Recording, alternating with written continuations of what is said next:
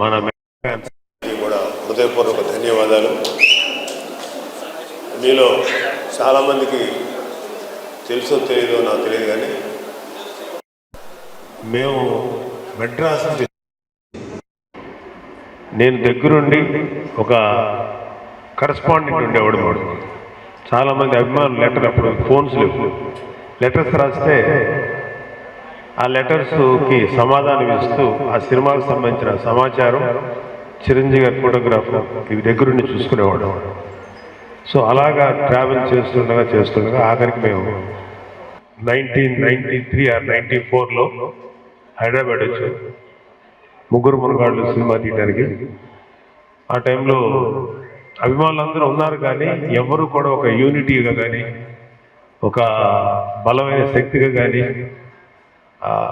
కలిసి ఉండలేదు, విడివిడిగా ఉన్నాం. కానీ ఆ శక్తి తాలూకు బలం నాకు తెలుసు, అభిమానుల యొక్క యూనిటీ తాలూకు బలం నాకు తెలుసు. సో ఆ టైంలో స్వామినాయుడు నా దగ్గరికి ఒక జర్నలిస్ట్గా వచ్చాడు. మాట్లాడిన తర్వాత నాకు స్వామినాయుడు పని విధానం నచ్చింది, చేసే మాట్లాడే విధానం. సో స్వామినాయుడిని పెట్టి ఆ తర్వాత మాతో పాటు గంగాధర్ కలిశాడు, చందు కలిశాడు, తర్వాత చాలామంది రమణారెడ్డి గారు లాంటి వ్యక్తులు, ఇక్కడున్న చాలామంది కలిసేవాళ్ళు. మేము అప్పట్లో అభిమానులందరినీ జిల్లా వైజ్, ఏరియా వైజ్ పిలిచి వాళ్ళతోటి కమ్యూనికేట్ చేసి అభిమానులు ఎలా పనిచేయాలని ఒక చిన్న దిశానిర్దేశం చేసి సామాజిక కార్యక్రమాల్లో పాల్గొనే విధంగా అందరినీ మోటివేట్ చేసి ఒక సరదాగా అందరం కలిసి ఒక లంచ్ తీసుకొని అలా డిస్పర్స్ అయ్యాం. ఆ విధంగా మాకు 1998 ఆ టైం కల్లా 96 కల్లా బలమైనటువంటి మెగాభిమానుల ఒక శక్తి, ఒక సైన్యం సమకూరింది.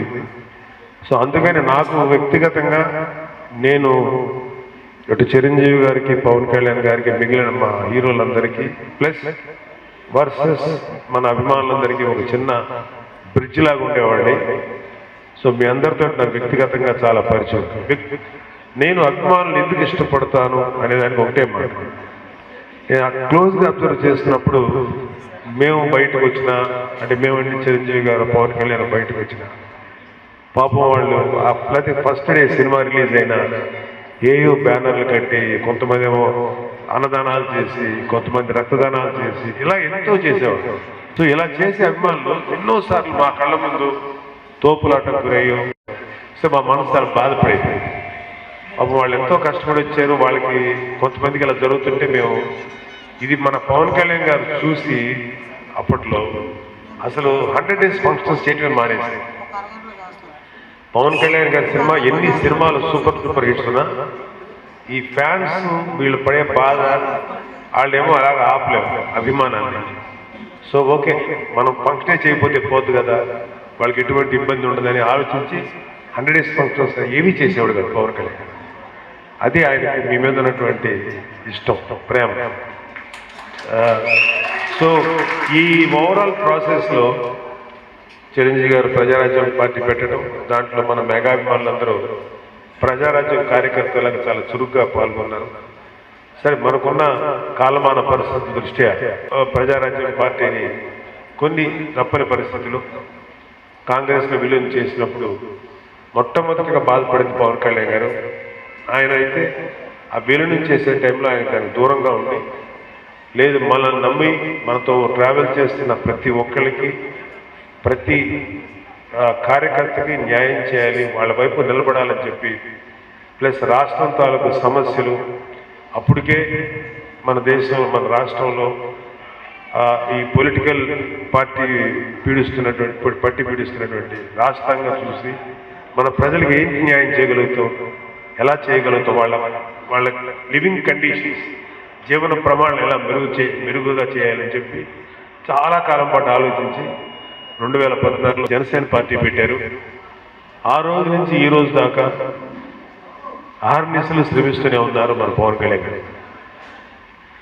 అయితే పవన్ కళ్యాణ్ గారు దానికి ముందు యువరాజ్యంలో చేశారు, దానికి ముందు కామన్ మ్యాన్ ప్రొటెక్షన్ ఫోర్స్ చేశారు. ఇలాగ ఇంచుమించు ఒక 18-20 ఏళ్ల నుంచి రాజకీయాలకి ఎక్స్పోజ్ అయ్యారు.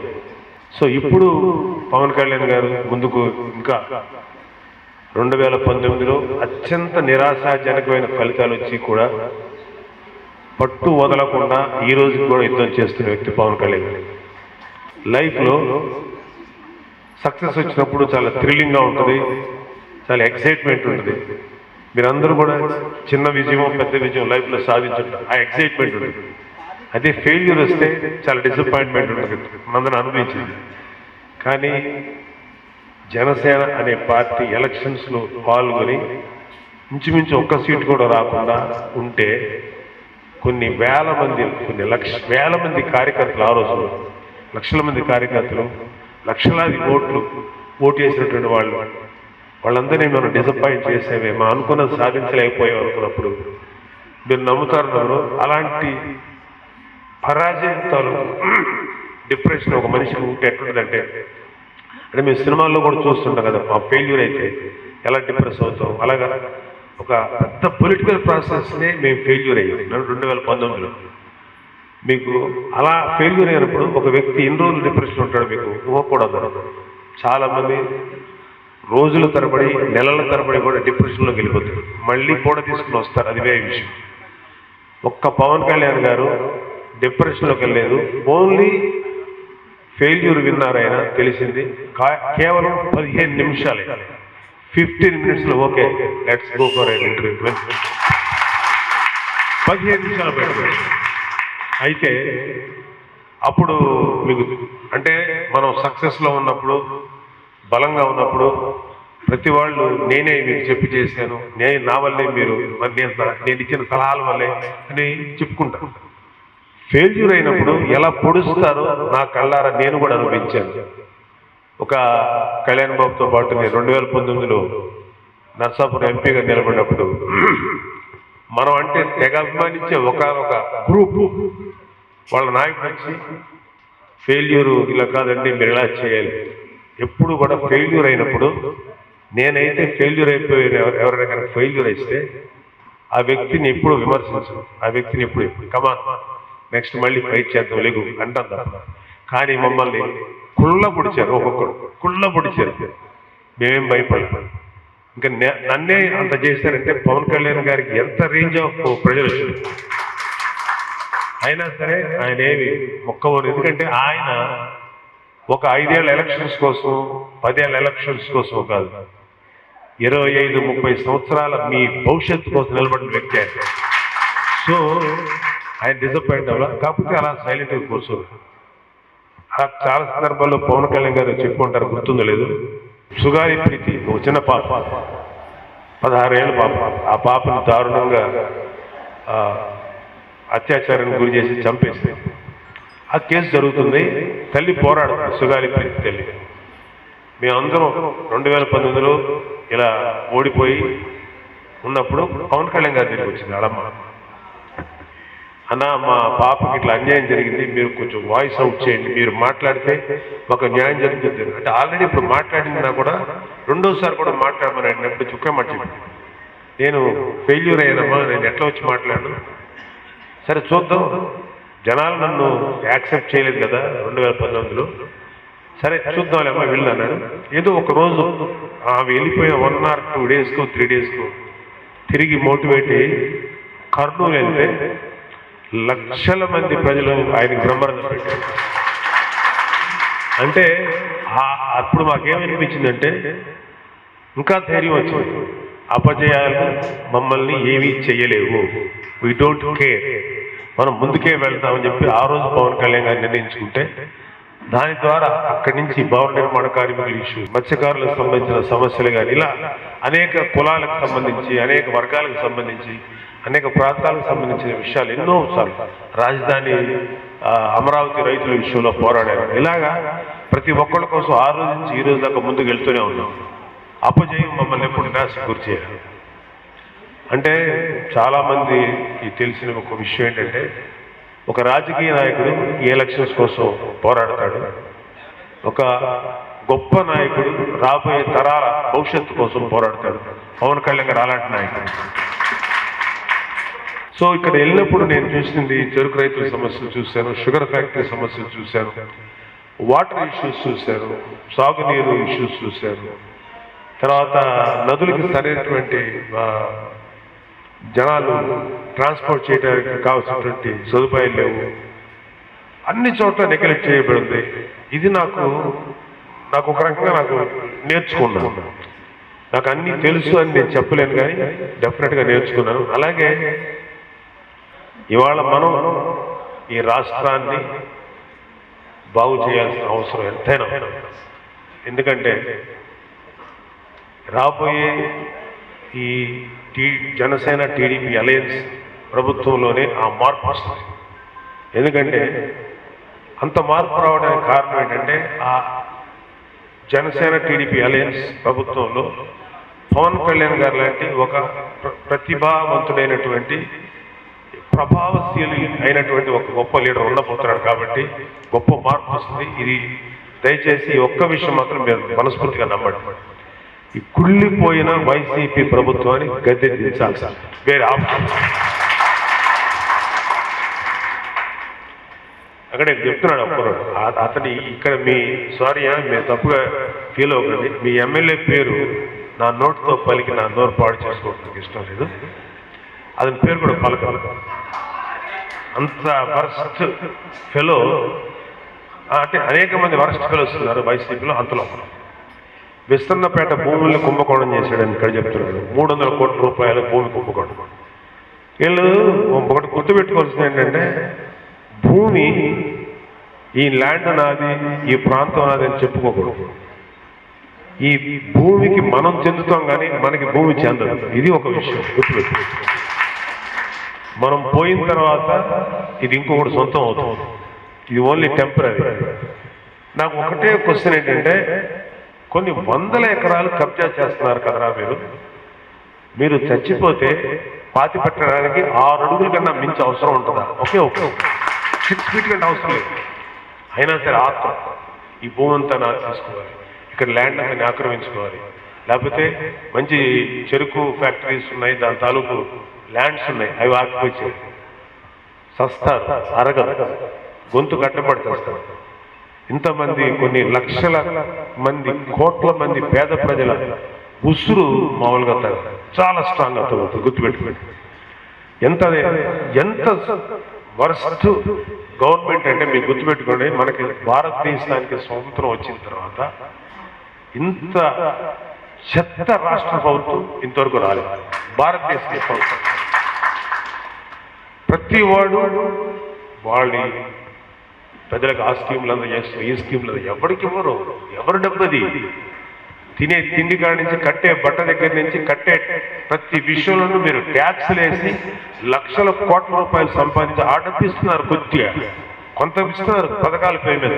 ఏదో గొప్ప నాయకులు ప్రతి దానికి వాళ్ళ నాన్న పేరు, లేకపోతే వాళ్ళ తాత పేరు, లేకపోతే ఇంకొకరి పేరు. ఏమాయా మన భారతదేశంలో, మన ఆంధ్రప్రదేశ్లో గొప్ప నాయకులు లేరా? దామోదరం సంజీవ్ గారు లాంటి గొప్ప సీఎం లేరా? మనకి ప్రకాశం పంతులు గారు లేరా? లేకపోతే పివి నరసింహరావు గారు భారతరత్న వచ్చిన ఆయన పేరు లేదా? వాళ్ళకి ఎవరికి ఏ స్కీములు పేరు పెట్టారు? వాళ్ళ నాన్న పేరు, వాళ్ళ తాత పేరు, లేకపోతే వాళ్ళ బాబాయ్ పేరు, ఎవరి పేరు? ఇది ఫస్ట్ గుర్తుపెట్టుకోండి. రేపు పొద్దున జనసేన టీడీపీ అలయన్స్ వచ్చిన తర్వాత నేనైతే ఖచ్చితంగా ఫైట్ చేసి, మన పవన్ కళ్యాణ్ గారు ఫైట్ చేసి, ప్రతి స్కీమ్కి ఒక గొప్ప రాష్ట్రానికి జీవితాలు అందజేసినటువంటి, అంకితం చేసిన ఒక గొప్ప మహనీయుల పేర్లు పెడతాడు. మా తాత పేర్లు, మా నాన్న పేర్లు పెట్టుకోండి. అలాగే ఇక్కడ అంత కాలుష్యం, పొల్యూషను, లేకపోతే ఇంకా నేమ్ ఎనీథింగ్, ఉత్తరాంధ్ర ప్రతి సమస్యని నా అవగాహన ఉంది, ఇంకా స్టడీ చేస్తాను. సో ఒక వైసీపీ వాళ్ళ యొక్క ఎంత చెత్తగా ఉందనేది నేను మాట్లాడదలుచుకోలేదు. ఎందుకంటే అది ఓవర్. మనం ఏం చేయగలుగుతాం ఖచ్చితంగా చెప్తున్నాను. జనసేన టీడీపీ అలయన్స్ వచ్చిన తర్వాత ప్రజల సమస్యల మీద ఖచ్చితంగా దృష్టి పెడతాడు.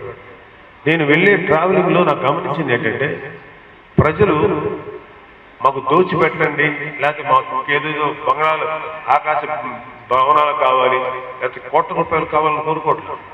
తాగడానికి మంచి నీరు ఇవ్వండి, మాకు సరైన రోడ్లు బాగు చేయించండి, మా పిల్లలకి చదువులు చెప్పించండి, మా ఆరోగ్యాలకి సరైనటువంటి వైద్య సదుపాయం కల్పించండి. లేకపోతే మా చదువుకున్న పిల్లలకి ఉద్యోగాలు కల్పించాలి. ఇవే అడుగుతున్నారు. ఎందుకంటే గొప్ప సమస్యలు లేవు. లేకపోతే మూతపడిపోయినా లేకపోతే మూతపడటానికి దగ్గరగా ఉన్న మా పరిశ్రమ, ఇక్కడ ఎగ్జాంపుల్ చెప్పాలంటే చెరుకు పరిశ్రమ, షుగర్ ఫ్యాక్టరీస్, వాటిని రిమైవ్ చేయండి. అంటే ఎవరికి కూడా మనం విస్తన్నపేట భూములు కాజేద్దామా, లేకపోతే మన ఇళ్ళకు వద్దాం, మనం ఆ ల్యాండ్ కబ్జా చేద్దామని ఊహలు తప్ప, లేకపోతే ఎలాంటి కరప్షన్ చేద్దామని ఆలోచన తప్ప ఒక్కడికన్నా ప్రజల మీద శ్రద్ధ లేదు ఈ వైసీపీ ప్రభుత్వంలో తెలుస్తుంది. సో వీళ్ళకి ఖచ్చితంగా బుద్ధి చెప్పడానికి సమయం దగ్గర పడింది. మీరందరూ కూడా ఒక మంచి కార్యకర్తలాగా, ఒక మంచి వ్యక్తుల్లాగా ప్రజలకు చేద్దామనేటువంటి చిన్న తపంతో ఉంటాడు. ఎందుకంటే నా దగ్గర ఏమీ లేనప్పుడు ఒక చిన్న బిడ్డకి నిలబడగలిగినప్పుడు మీరందరూ కూడా ఒకరికి ఇంకొకరు 1% to another person ఒకరికి తోడుగా ఉండి మన రాష్ట్రం ఏమని మనమే బాగు చేసుకుంటాం. దీనికి మన రాష్ట్రాన్ని మనమే బాగు చేసుకుందాం. మన ప్రభుత్వం వచ్చిన తర్వాత మన ప్రజల బాగోగులు మనమే చూసుకుందాం. మన ప్రజలు, మన బిడ్డలు, వాళ్ళ భవిష్యత్తుని మనమే బాగు చేసుకుందాం. ఇది ఒకటి గుర్తుపెట్టుకోండి. లాంగ్ బ్యాక్ జగన్ రెడ్డి గారు ఒక అద్భుతమైన మాట అన్నారు ఇట్లాంటి మీటింగ్లో, రాబోయేది మన ప్రభుత్వమే, మన బిర్యానీ, మన పళ్ళెంలో బిర్యానీ మనమే తిందాం. చాలా గొప్పగా మాట్లాడారు. ఆంధ్రప్రదేశ్ రాష్ట్రాన్ని బిర్యానీ పళ్ళెలో మార్చుకొని తినేసారు. ఆఖరి ముందు తింటున్నారు. ఇంకా అయిపోయింది, వాళ్ళు బిర్యానీ పళ్ళెం అయిపోయింది. జనసేన టీడీపీ అనేది ప్రభుత్వం వచ్చిన తర్వాత ఎక్కడెక్కడ భూములు కబ్జా చేశారో, ఎక్కడెక్కడ ప్రజల్ని నాశనం చేశారో, ఎక్కడెక్కడ ప్రజల జీవితాలతో ఆడుకున్నారో ప్రతి ఒక్కడిని చెవులు పిండి న్యాయబద్ధంగా, చట్టబద్ధంగా పోరాడి ప్రజలకి న్యాయం చేస్తాం. ప్రతి ఒక్కరికి ఉపయోగపడతాం మేము జనసేన. సో ఒక మంచి జన సైనికుడిగా, వీర మహిళగా మీ యొక్క సర్వీసెస్ని మీ చుట్టుపక్కల ఉన్న ప్రజలను చూసి ఈ సర్వీస్ చేయండి. పవన్ కళ్యాణ్ గారికి అండగా నిలబడండి. ఒక అద్భుతమైనటువంటి ప్రభుత్వాన్ని, ఒక అద్భుతమైనటువంటి గవర్నెన్స్ని ప్రజలకి ఇద్దాం. Thank you very much. జై జనసేన, జై జనసేన.